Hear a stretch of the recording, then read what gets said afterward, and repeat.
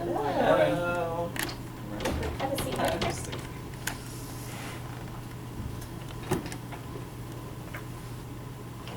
Good morning, Ms. Sasso. Welcome to Ovita. Welcome to the 5th PCA JNC. As you know, I'm Amanda Carl. I'm the Vice Chair of 5th PCA JNC. I'll go ahead and introduce to you kind of how we do our procedure here. Everyone will go around, introduce themselves, and tell you where they're from. And then we will give you 2 minutes if you'd like to make some opening remarks. We'll do some questioning, and then you'll have about a minute at the end if you'd like to make any closing remarks. We do have Volusia Exposed here recording today, so sit tall, look nice, and we'll be good to go. Go ahead, David. Good morning again. I'm David DeArmas, Kramer Price and DeArmas here in Orlando. Good morning, Vincent Citro, the law offices of Fort Woods and Citro here in Orlando. Andy Bardos, Gray Robinson. Brett Brent, Shops in Orlando. Good morning, Petra Brownlee, the Brownlee Law Firm. Craig Dyer, Public Defender's Office, Daytona Beach. Go ahead. All right, well, thank you all for taking the time today. So happy to be here. I thought I'd start out by telling you all a little bit about what's driving me to apply for this process and what has kind of driven me down the path that I've been leading. I grew up listening to my grandfather's stories a lot and his experiences in Cuba. And I remember one story in particular he told me when I was very little, and he said that he was just hanging out at his family farm, minding his own business, and some Cuban government officials came by and told him that they were just going to be taking his livestock, cows, pigs, that sort of thing. No warning, no explanation of why, no compensation, no sort of due process. I didn't really have the words to articulate it at that young of age, but something just stood out to me as incredibly unfair about that, and really kind of sparked this interest that I have in the rule of law and the role of law in our society, and just kind of the American system of governance overall. So anyway, that's why I'm here. Happy to answer any questions and address any concerns. Go ahead. Meredith, I had the opportunity to vet you, and I wish to disclose to the panel, Dave, you are in the room. You listed Jesse Dyer as one of the people you were involved in the prosecution of the case, or Yes. the appeal of the case, and he is my son. Okay, I don't believe that's going to interfere with my vetting process, but I just wanted to put you on notice. Okay. You are the thing that touches me in your vetting is the number of people who are applying who have a great deal of experience versus you who basically have 2 months more necessary than the bottom line of becoming a 5th District Court of Appeal judge. Also, you have no criminal background and no judicial background. So explain to the panel, why do you believe that should not interfere with our recommendation to the governor that you should be considered? Well, I think it depends on what you all are looking for in a judge when you're nominating to the governor, and what we're looking for in judges overall. I personally think that we're looking for judges that are going to follow the law as written, who are going to approach the role with humility, be respectful of their role in the overall process, and who are going to work hard. And I think there's people with all sorts of backgrounds who can fulfill that role, regardless of age or background in trial, being a trial court judge, or specific practice areas. So all I can really speak to is why I think I would be a good fit based on my background and my experience, not necessarily that my background is better or worse than any of the other candidates. What do you think was the most important case that you handled in your 10 years experience as an attorney?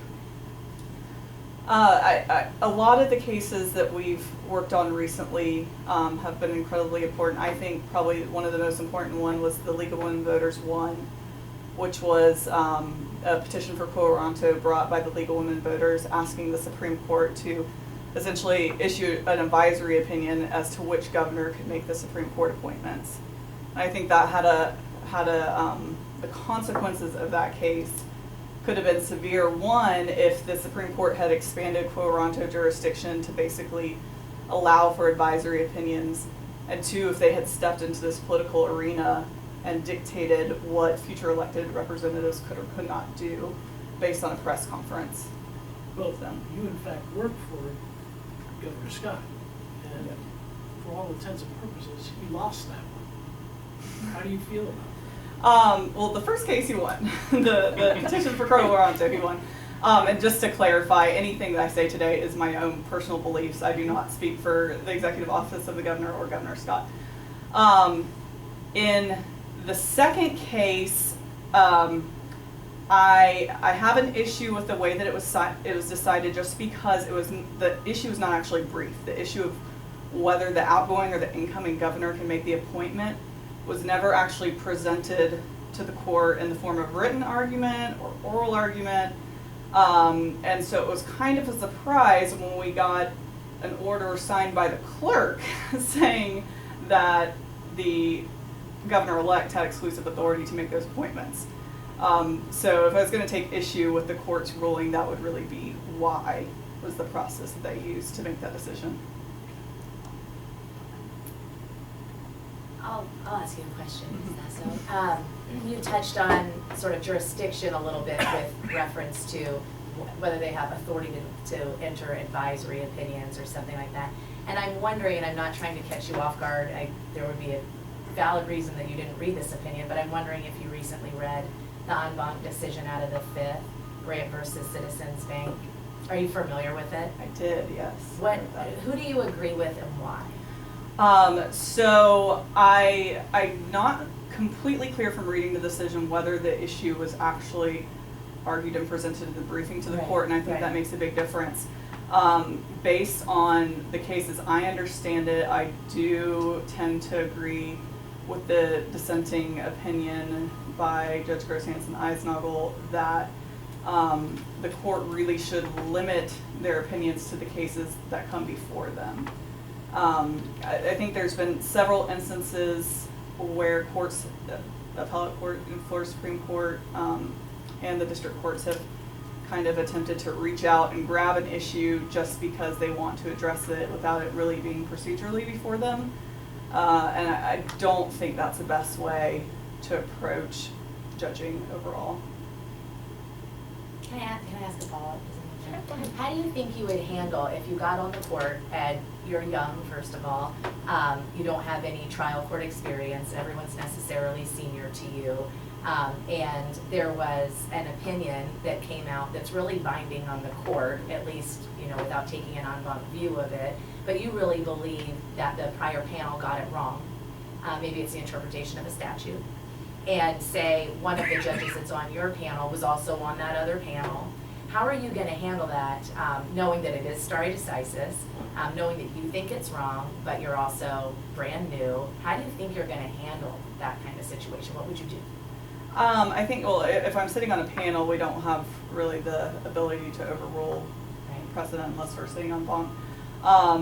But I think I would handle it just by bringing it up in discussion. I don't think this case was properly decided for the first way. Here's why. I would love to hear why that judge or that particular panel, if there was any more explanation of why they thought a case was decided, maybe it would be compelling.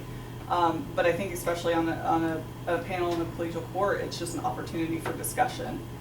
I'm not going to shy away from sharing my opinion and standing by it if I think that that case was wrongly decided. But So you think you would have the courage to write a dissent in that moment if they couldn't convince you, and ultimately, try as you might, you just couldn't come to an agreement? or concurring in result, depending on what the case may be. Thank you. I've just got a couple questions. Do you believe that our list of individuals we send up to the governor should contain individuals who have prior judicial experience? I don't know if it's a particular background or resume that I think that you should necessarily send up. It really depends on the criteria that you're looking for in a judge and who meets that specific criteria.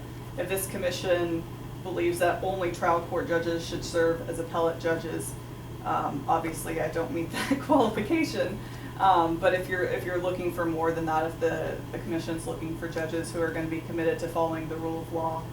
And I respect that. What is your opinion? My personal Your opinion? personal. My personal opinion is that we've had all sorts of very good judges with very different backgrounds. I mean, even looking at the current makeup of the Florida Supreme Court, Justice Lawson came with an extensive trial court experience. Justice Kennedy went straight to the appellate court.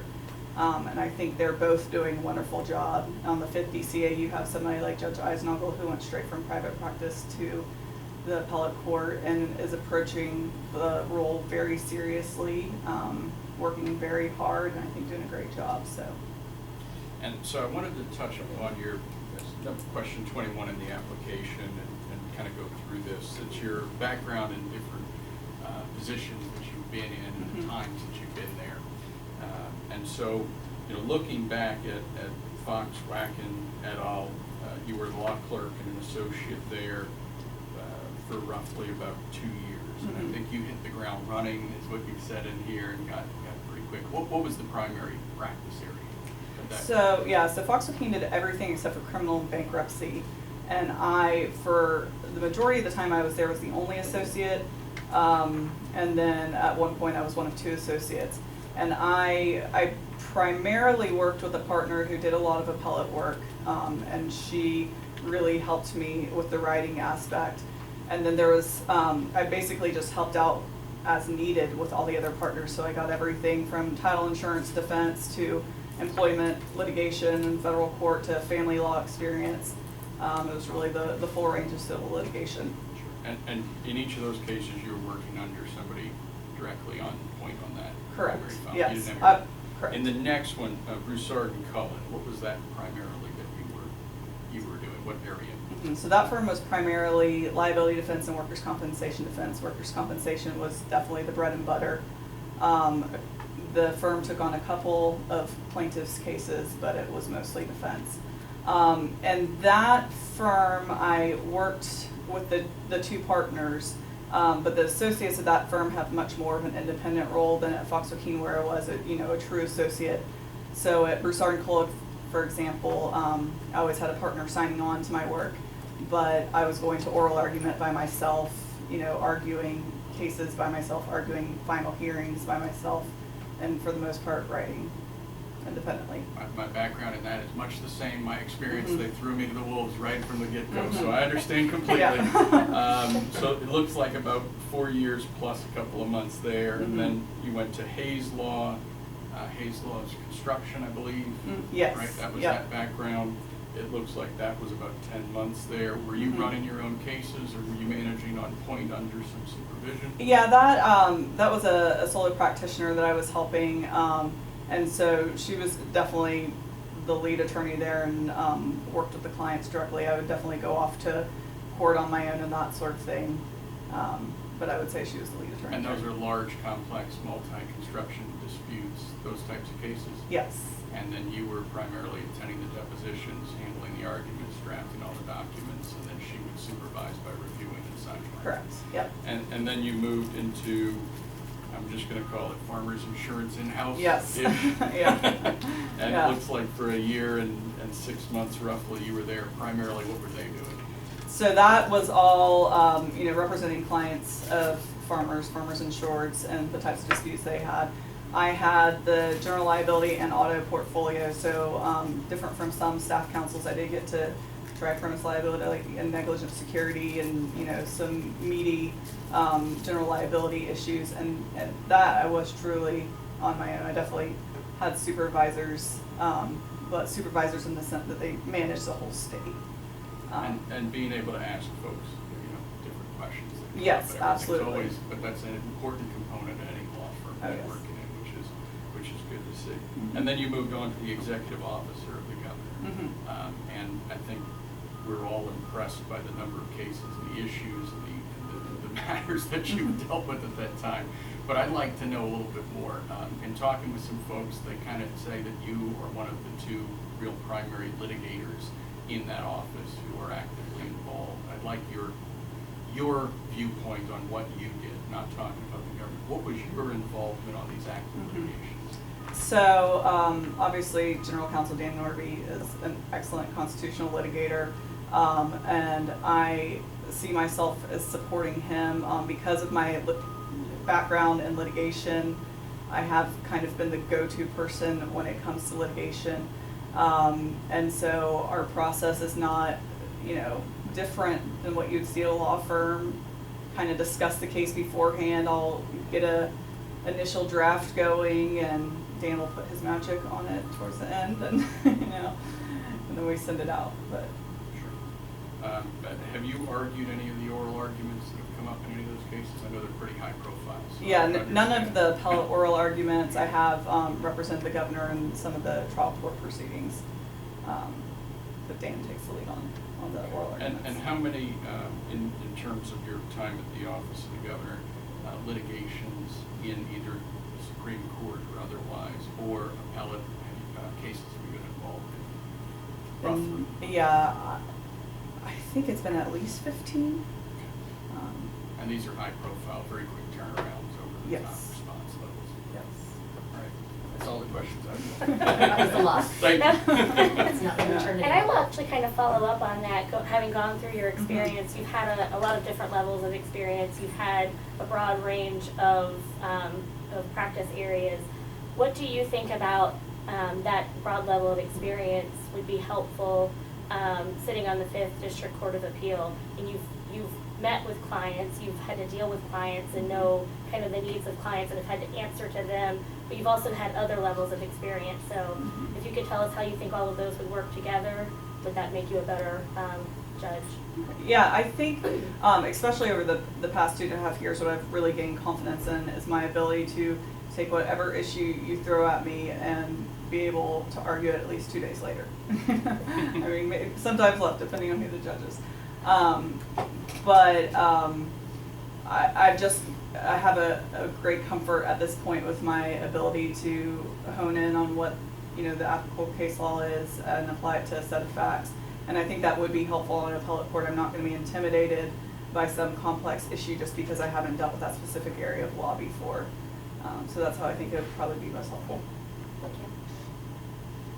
So one of the things that the legal profession and the judiciary struggles with is the attempt to politicize the court. In today's Wall Street Journal, there was an article about Justice Roberts and his interactions with President Trump about Obama judges and Clinton judges and Bush judges.